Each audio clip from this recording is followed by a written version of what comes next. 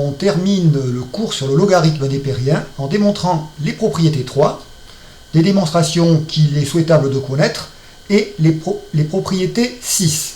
Donc, dans un premier temps, ces propriétés 3, ce sont les formules qui découlent de la relation fonctionnelle du logarithme népérien, c'est-à-dire que ln de a fois b est égal à ln de a plus ln de b, lorsque a et b sont strictement positifs.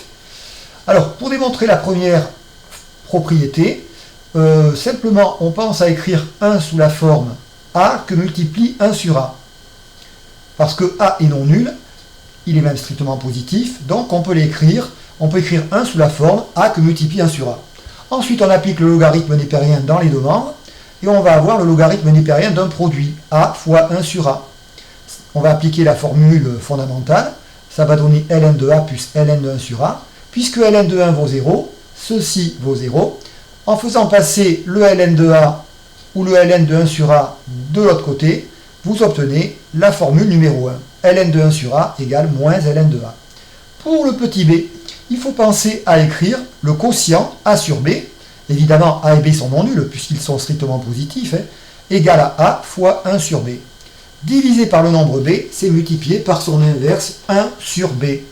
On peut appliquer, puisqu'on a un produit, la relation fondamentale à nouveau. Donc ça va faire ln de a sur b égale ln de a plus ln de 1 sur b. Et on remplace le ln de 1 sur b par moins ln de b en utilisant la formule prouvée juste avant. Puis, petit 3, pour démontrer la formule petit 3, on peut faire une démonstration par récurrence. C'est un bon petit exercice aussi pour éventuellement réviser pour le bac. Mais on peut aussi faire de la façon suivante. On va calculer l'exponentielle de ln de a. Bon, on sait que la fonction exponentielle et la fonction ln sont réciproques l'une de l'autre. Conclusion, on peut en déduire que ça donne a puissance n. Mais si on calcule d'autre part exponentielle de n ln de a, en utilisant les propriétés de la fonction exponentielle, donc le chapitre étudié en première et qu'on avait repris aussi en début d'année, eh bien ça permet de passer le n ici en exposant, ça fait exponentielle de ln de a, le tout à la puissance n. Or, exponentielle de ln de a, toujours pareil, par réciprocité de la fonction exponentielle et logarithme népérien, ça vous donne petit a. Donc, c'est égal à a puissance n. On a maintenant deux nombres qui sont identiques à a puissance n, ils sont donc égaux, et lorsqu'on a exponentielle de grand A égale exponentielle de grand B, ça signifie évidemment que grand A est égal à grand B, voire le cours sur l'exponentielle. On en déduit que, logarithme népérien de a puissance n égale n fois ln de a. Pour démontrer la propriété 4, on peut démontrer tout simplement aussi que 2 fois ln de racine de a est égal à ln de a. Or, 2 fois ln de racine de a, on utilise la propriété précédente, la propriété numéro 3. On va pouvoir faire passer le 2 ici en exposant en haut de la racine carrée de a. Donc ça fait ln de racine carrée de a le tout au carré. Et ceci, évidemment, ça fait ln de a. Donc voilà pour ces petites démonstrations qu'il est souhaitable de connaître. Ça peut servir dans des exercices. On ne sait jamais. Maintenant, on prouve les propriétés numéro 5. Non, je m'excuse, plutôt les propriétés numéro 6. Les voici. Ce sont les limites qui permettent de lever les formes indéterminées quand on est un petit peu coincé avec des calculs dans lesquels des calculs de limites où la fonction logarithme népérien apparaît. Alors on va se placer pour des démonstrations dans le cas où n égale à 1. Autrement dit, on va démontrer cette première limite-ci, puis celle-ci. Donc on va commencer par la limite de ln de petit x sur petit x quand x tend vers plus l'infini. Alors comment ça marche? En fait, cette fraction-là, ln de petit x sur petit x, on va essayer de la réécrire en faisant apparaître des exponentielles. Mais on n'a pas le droit de prendre l'exponentielle du haut de la fraction et l'exponentielle du bas de la fraction. Ça n'est pas possible, sinon on va modifier la fraction. Alors on va faire ce qu'on appelle un changement de variable. On va poser grand X égale petit ln de x. Mais si on écrit ceci, alors, en prenant l'exponentielle dans les deux membres, on va en déduire que exponentielle de grand X est égale à petit x. Ça permet de passer de petit x à grand X et de grand X à petit x. Et avec ceci, regardez, on peut remplacer la fraction ln de petit x sur petit x par grand X sur exponentielle de grand X. Alors, maintenant, rien de compliqué. Je crois qu'on a déjà fait ça un petit peu dans certains calculs de limites il y a quelques semaines. Hein. En fait, on va écrire que tout le monde sait bien que a sur b, la fraction a sur b, peut s'écrire 1 divisé par b sur a. Tout simplement, ça traduit que les fractions a sur b et b sur a sont inverses l'une de l'autre.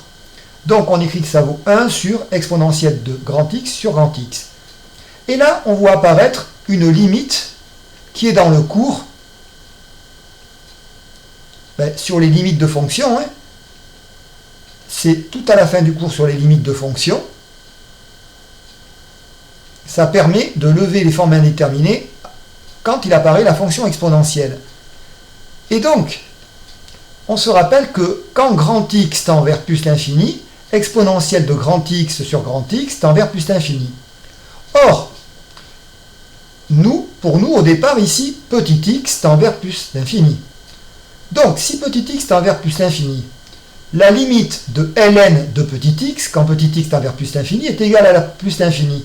Conclusion, cela signifie que la limite de grand X, quand petit x tend vers plus l'infini, est égale à plus l'infini. Tout ça pour écrire peut-être plus facilement que grand X tend vers plus l'infini. Mais si grand X tend vers plus l'infini, eh bien, avec la limite qu'on a vue antérieurement, hein, dans le chapitre, comme je disais avant, sur les limites de fonction, cette limite-là vaut plus l'infini. Donc maintenant, on peut en déduire que ln de petit x sur petit x, c'est 1 divisé par cette fonction-là, réécrite avec la lettre grand X, c'est exponentielle de grand X sur grand X. Donc, ça va faire par quotient 1. Là, ça tend vers 1. Et ça va tendre vers le numérateur vers 1, le dénominateur vers plus l'infini. Donc, par quotient, on va avoir la limite, quand petit x tend vers plus l'infini, de ln de petit x sur petit x est égal à 0. Donc, voilà pour la première explication. Hein. Alors, pour la deuxième limite, c'est un petit peu le même principe. Cette fois-ci, c'est x qui tend vers 0, positivement, évidemment. Et c'est la limite de petit x, ln de petit x. Là aussi, on va essayer de faire apparaître des exponentielles. Même stratégie, ça veut dire qu'on pose grand X égale ln de petit x. C'est à nouveau équivalent à exponentielle de grand X égale petit x. On réécrit la formule x ln de petit x, elle est écrite avec des petits x, on la réécrit avec des grands X. Et ça vous fait, regardez, exponentielle de grand X fois grand X. Je peux la réécrire de cette façon-ci aussi. Ça fait grand X, E de grand X. Or, quand petit x tend vers 0, x supérieur à 0, alors ln de petit x, on a déjà vu, dans ce même chapitre, sur le logarithme népérien, que ça tendait vers moins l'infini. On en déduit que donc la limite de grand X, quand petit x tend vers 0, est égale à moins l'infini. Or, évidemment, eh bien, le petit x, ln de petit x, il est égal à grand X exponentielle de grand X.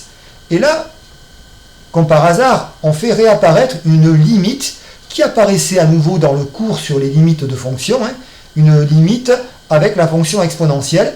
On avait vu que la limite, quand grand X tend vers moins l'infini, de x, e de grand X, est égale à 0. Et ça démontre finalement, puisque grand X, e de grand X est égal à petit x, ln de petit x, cela veut bien dire que la limite de petit x, ln de petit x, quand x tend vers 0+, ou alors quand, ce qui revient au même à dire que x tend vers 0, x supérieur à 0, est égal à 0. Voilà, j'en ai terminé pour ces démonstrations, et je veux simplement que vous compreniez bien que chacune des deux limites, pour la fonction logarithme népérien, se prouve en utilisant une limite qui concernait la fonction exponentielle.